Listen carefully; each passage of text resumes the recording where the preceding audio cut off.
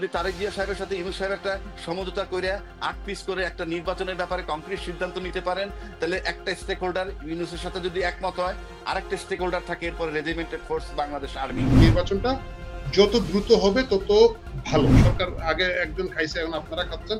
আমরা বাঙালি, আমাদের কপালেই আছে এগুলো। সরকার পরিবর্তন হওয়া মানে হচ্ছে যে এই তুমি এখন টেবিল থেকে উঠো, এখন আমি প্লেটে বসে আমি ভাতটা বেড়া। এই কালচার থেকে আমরা যতক্ষণ উঠতে না পারবো ততক্ষণ পর্যন্ত আমরা এই ধরনের শাসক পাবো। আমি একই কথা বারবার বলতেছি, দেশের যে টার্মাল সিচুয়েশন, নাম্বার 1 বিচারের ব্যাপারে সবার ঐক্যমত্যে আসা উচিত ছিল, আমি দেখছি এখনো আসে নাই। সংস্কারের ব্যাপারে ঐক্যমত্যে খুব একটা আসে নাই। জুলাই সনদ খুব একটা আসে নাই। এইগুলো নিয়ে একটা টার্মাল সিচুয়েশন হওয়ার সম্ভাবনা সামনে রয়েছে। কিভাবে হবে সেটা আমি জানি না, নাম্বার 1। নাম্বার 2, যদি তারেক জিয়া সাহেবের সাথে ইউনূস সাহেব একটা সমঝোতা করে 8 পিস করে একটা নির্বাচনের ব্যাপারে কংক্রিট সিদ্ধান্ত নিতে পারেন, তাহলে একটা স্টেক হোল্ডার ইউনূসের সাথে যদি একমত হয়, আরেকটা স্টেক হোল্ডার থাকে এরপরে রেজিমেন্টেড ফোর্স বাংলাদেশ আর্মি। এই 3টা ফোর্স একত্রে একটা রেজিমেন্টেড একত্র হয়ে যদি একটা ঐক্যমত্যের জায়গায় আসতে পারে, আমরা একটা সুন্দর নির্বাচন পাইতে পারি। তাহলে আমি নিশ্চিত করে বলতে পারি সামনে আমাদের আরো বিপর্যয় আছে। এবং এই ইউনূস সরকারের কাছ থেকে যে কোনো ফর্মুলায় যে কোনো ভাবে যদি নির্বাচন না নিতে পারে, ইউনূস সাহেব হয়তো চলে যাবেন, কিন্তু যারা নির্বাচন করলেই ক্ষমতা আসবেন তাদের জন্য কিন্তু আসে রণে ভঙ্গ হবে। এই কারণে ইউনূস সাহেব চলে গেলে কিন্তু কোনো পলিটিক্যাল পার্টি বসবে না, আবার তৃতীয় কেউ বসবে। সেক্ষেত্রে আমসালা দুটো যাওয়ার সম্ভাবনা আছে। আজকে রাজনৈতিক স্টেক হোল্ডার নির্বাচন করলেই ক্ষমতা আসবেন বলে ভাবছেন, সুতরাং তাদের নৈতিক দায়িত্ব ইউনূস সাহেবকে কোঅপারেট করে সুন্দরভাবে সবকিছু সমঝোতার ভিত্তিতে সবকিছু স্বীকৃতি দিয়ে বিচারটাকে এনশিওর করে একটা সুন্দর নির্বাচন করা। এবং সেটার জন্য দায় ইউনূস সাহেবের চেয়েও বেশি দায় হইল যারা রাজনীতি করে রাজনৈতিক ভাবে গণতান্ত্রিক প্রক্রিয়ায় ক্ষমতায় যেতে চান, এবং ইউনূস সাহেবকে সেই সুযোগটা দিতে হবে, নয়তো ইউনূস সাহেব চলে যাবে, আমি মোটামুটি নিশ্চিত। অনেক ধন্যবাদ। অনেক ধন্যবাদ আমাদেরকে সময় দেওয়ার জন্য। জনাব আরিফ জেতিক, আপনাকে একটি প্রশ্ন দিয়ে আজকে শেষ করব। এবং চাথাম হাউসে প্রফেসর ডক্টর ইউনূস তার বক্তব্যে মিষ্টি করে একটা পরিষ্কার জবাব দিয়ে দিয়েছেন। উনি জুলাই মাসে জুলাই সনদ বাস্তবায়ন করবেন এবং তিনি জুলাই চার্টার করবেন সকল রাজনৈতিক দলের সমন্বয়ে, এবং বিচার নিশ্চিত করতে চাইছেন তিনি, এবং যেটি বললেন সকলের সম্মতিক্রমে।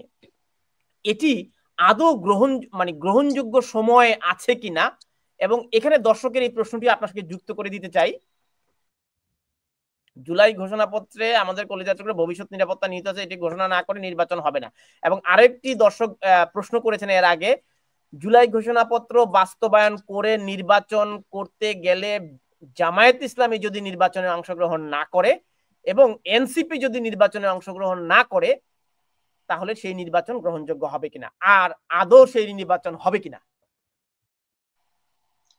অনেকগুলো প্রশ্ন, আসলে প্রশ্নগুলো ঘুরে যাচ্ছে। নাম্বার 1 দিয়ে শুরু করি। জুলাই ঘোষণাপত্র বাস্তবায়ন করে নির্বাচনে যাওয়ার সময় আছে কিনা না, এটা হচ্ছে আপনার প্রথম প্রশ্ন। প্রথম কথা হচ্ছে, ঘোষণাপত্র প্রকাশ না হওয়া পর্যন্ত আমরা জানি না এটা বাস্তবায়নের কি আছে, তাই না? আগে তো আপনাকে দেখতে হবে ডকুমেন্টটা কি, তারপরে বলতে পারবেন যে এটা কতদিনে করেন। আপনি সিলেবাস যদি 2 পাতার সিলেবাস হয়, আমি রাত্রে পড়ে কালকে সকালে পরীক্ষা দিতে পারবো। কারণ আপনি সিলেবাস একটা যদি নিয়ে আসেন আমাকে 1200 পাতা, ওইটা পড়তে তো আমার অনেকদিন লাগবে। সো আমি তো কালকে সকালে পরীক্ষা দিতে পারবো না। সুতরাং আগে জুলাই সনদটা হোক, হওয়ার পরে ওনারা ঘোষণা করলে এটা পরে বলা যাবে যে এটা আসলে কি আছে এবং ওনারা এটা এই সময়ের মধ্যে বাস্তবায়ন করতে পারবেন কিনা না। এক। দ্বিতীয় কথা হচ্ছে যে আরেকজন দর্শক বলেছেন যদি এনসিপি নির্বাচনে না যায়, জামাত নির্বাচনে না যায়, নির্বাচন গ্রহণযোগ্য হবে কিনা না। তো আওয়ামী লীগও তো নির্বাচন করতে দেওয়া হবে না, এটাতে মোটামুটি পরিষ্কার হয়ে গেছে। তো একই প্রশ্ন থাকে। তো নির্বাচন গ্রহণযোগ্য অগ্রহণযোগ্য বিষয়টা হচ্ছে কি, যে যেদিকে ভোট দেয় তার উপরে নির্ভর করে।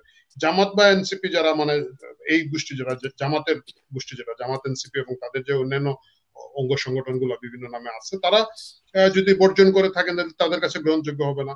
আবার আওয়ামী লীগের কাছে এখনই তো গ্রহণযোগ্য নয়, ও তো জানে যে ওরে এখানে দেওয়া হবে না, বা দেওয়া হলো 110 জন এমপি যদি ওর জেলের মধ্যে থাকে, ও কেমনে নির্বাচন করবে, ওর কাছে এখনই গ্রহণযোগ্য নয়। আবার যদি উল্টো হয় যে এরা সবাই করবে, বিএনপি বললো যে আমি ডিসেম্বরে না হলে করলাম না, তাহলে ডিসেম্বরে বিএনপির কাছে গ্রহণযোগ্য হবে না।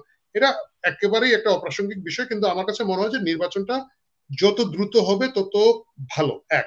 দ্বিতীয় যেটা হচ্ছে, যতদিন নির্বাচন না হয় বাস্তবসম্মত, সেটা এই ডিসেম্বর হোক, পরের ডিসেম্বর হোক, খুব একটা তফাৎ নাই, হোক, ততদিন পর্যন্ত অ্যাডমিনিস্ট্রেটিভ জায়গায় মববাজিটাকে বন্ধ করা, সন্ত্রাসীকে বন্ধ করা, চাঁদাবাজিটাকে বন্ধ করা, এই জায়গাগুলো একটু ঠিক করা মনে হয় এখন দরকার হয়ে গেছে। যথেষ্ট কামিয়েছেন, যথেষ্ট আয় রোজগার করেছেন, আপনারা সকলেই লাইসেন্স টাইসেন্স ব্যবসা ট্যাবসা নিচ্ছেন, ভালো। সরকার আগে একজন খাইছে, এখন আপনারা খাচ্ছেন। আমরা বাঙালি, আমাদের কপালেই আছে এগুলো, আমরা এটা মেনে নিচ্ছি। বাট জননিরাপত্তার জায়গাগুলো যদি আর একটু গুছিয়ে রাখা যায়, একটু সাধারণ মানুষের হয়তো একটু উপকার হয় আর কি। তো এই জায়গাগুলো আসলে কি খাওয়া খাওয়ির জায়গা, আপনি এনারা খাচ্ছেন, এর আগের জন খাচ্ছেন, আবার নতুন যারা আসবেন তারাও খাবে। তো এই খাওয়া খাওয়ির দুর্ভাগ্যটা কি জানেন তানভীর? দুর্ভাগ্যটা হচ্ছে এই আমরা যেমন জাতি, আমাদের নেতারাও তো অনেকটা এইভাবে হয়। ধরেন আমি কথার কথা, আমি যদি এখন বলি যে আসিফ মাহমুদ সজীব ভুইয়ার এপিএস 300 কোটি টাকা, এটা তো লিস্টে সরকারের পক্ষ থেকে বলা হয়েছে। আমরা জানি যে আমাদের আরেকজন আছেন যে কি ওই যে পালং শাক নিয়ে কথা বলেন, তথ্য উপদেষ্টা, যাই হোক, তথ্য মাহফুজ আলমের এপিএস এর নামে সাংবাদিক সমাজে ব্যাপক কানাঘুষা, যে ওনারা রাতে গুলশানে বসে বৈঠক করেন এবং বিভিন্ন পত্রিকার বিজ্ঞাপন 5 কোটি টাকার নিচে কথা হয় না, এই ধরনের অনেক ধরনের গুজব ফিস আছে। আমি জানি না কিছু, আমি এটা দায়িত্ব নিচ্ছি না, কথা আছে। তো এখন বিষয়টা কি হচ্ছে, যখনই আপনি এটা নিয়ে প্রশ্ন করবেন, ফার্স্ট কোয়েশ্চেন আপনাকে একটা লোক কি বলবে জানেন? আরে ভাই 16 বছর যে কুদ্দুসে খাওয়া গেল আপনি দেখলেন না।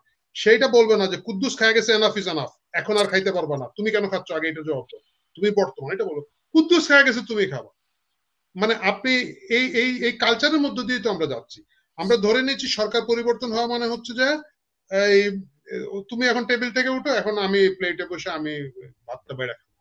এই কালচার থেকে আমরা যতক্ষণ উঠতে না পারবো, ততক্ষণ পর্যন্ত আমরা এই ধরনের শাসক পাবো, এই ধরনের কাহিনী পাবো, যাদেরকে আমরা ফুলের মতো পবিত্র ছেলে মনে করে, যাদেরকে রক্ষা করার জন্য হাজার হাজার লোক রাস্তায় নেমে তাদেরকে রক্ষা করতে গিয়ে তারাও প্রাণ দিয়েছে, এবং সবকিছুর মধ্যে দিয়ে আমরা অনুষ্ঠান শেষ করবো। জনাব আরিফ চেফটিক, আপনি কি মনে করেন কিনা প্রফেসর ডক্টর ইউনূসের সাথে বিএনপির ভারপ্রাপ্ত চেয়ারপারসন তারেক রহমানের আসন নিয়ে দর কষাকষি হবে একক সংখ্যাগরিষ্ঠ যাতে বিএনপি না হয়, এনসিপি বা অন্যান্য সমমনা রাজনৈতিক দলগুলো বা বাম রাজনৈতিক দলগুলো বা ইসলামপন্থী রাজনৈতিক দলগুলোর আসন বন্টন নিয়ে বিএনপি কে এমন ভাবে সরকারের গঠন করতে দেওয়া যাতে বিএনপি নিরঙ্কুশ সংখ্যাগরিষ্ঠতা না পায়, এটি নিয়ে আলোচনায় প্রাধান্য পাবে কিনা আপনার কাছে কি মনে হয়?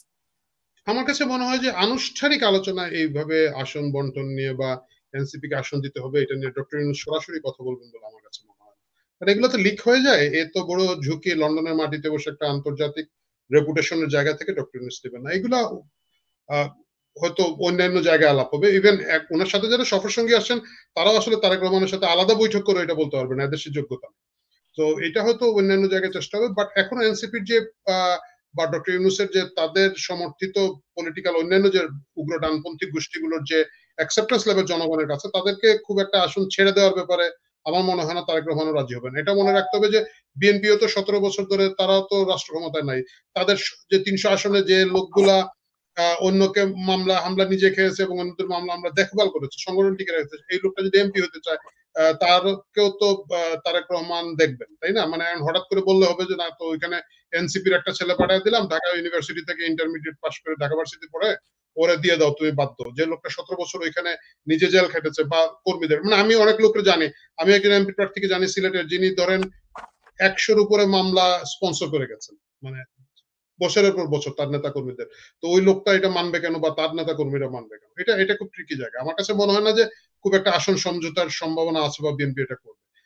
পার্সোনালি আমি মনে করি বিএনপি যদি মনে হয় যে এককভাবে খুব সংখ্যাগরিষ্ঠ হয়ে আসছে, এটা দেশের জন্য কতটুকু ভালো হবে, কারণ বিরোধী দল, একটা শক্ত বিরোধী দল থাকা যে কোনো সরকারের জন্য ভালো। তো সেই জায়গাটা তারা কিভাবে চেক এন্ড ব্যালেন্স করবেন বা অন্য সিস্টেম করবেন, যদি তারা আসলে নির্বাচন হয় এবং আসলে তাদের বিজয়ের সম্ভাবনা তৈরি হয়, তখন দেখা যাবে। বাট এগুলো ভাবার ব্যাপার। আমার দুই অতিথিকে, জনাব আরিফ চেফটিক এবং জনাব আবু হেনা রাজ্জাকি, আমরা কিছুটা সংযোগ বিচ্ছিন্ন হয়ে যাওয়ার কারণে রাজ্জাকি সাহেবের আমরা কিছুটা যান্ত্রিক বিভ্রাট হয়েছে। দর্শক নিশ্চয়ই আপনারা এটা ক্ষমা সুন্দর দৃষ্টিতে দেখবেন, এবং পলিটিকা নিউজের এই ইউটিউব পেজটি যারা সাবস্ক্রাইব করেননি তারা সাবস্ক্রাইব করবেন এবং বেল বাটনটিতে আপনারা চাপ দেবেন, তাহলে আমাদের পরবর্তী অনুষ্ঠানটি আপনারা দেখতে পাবেন।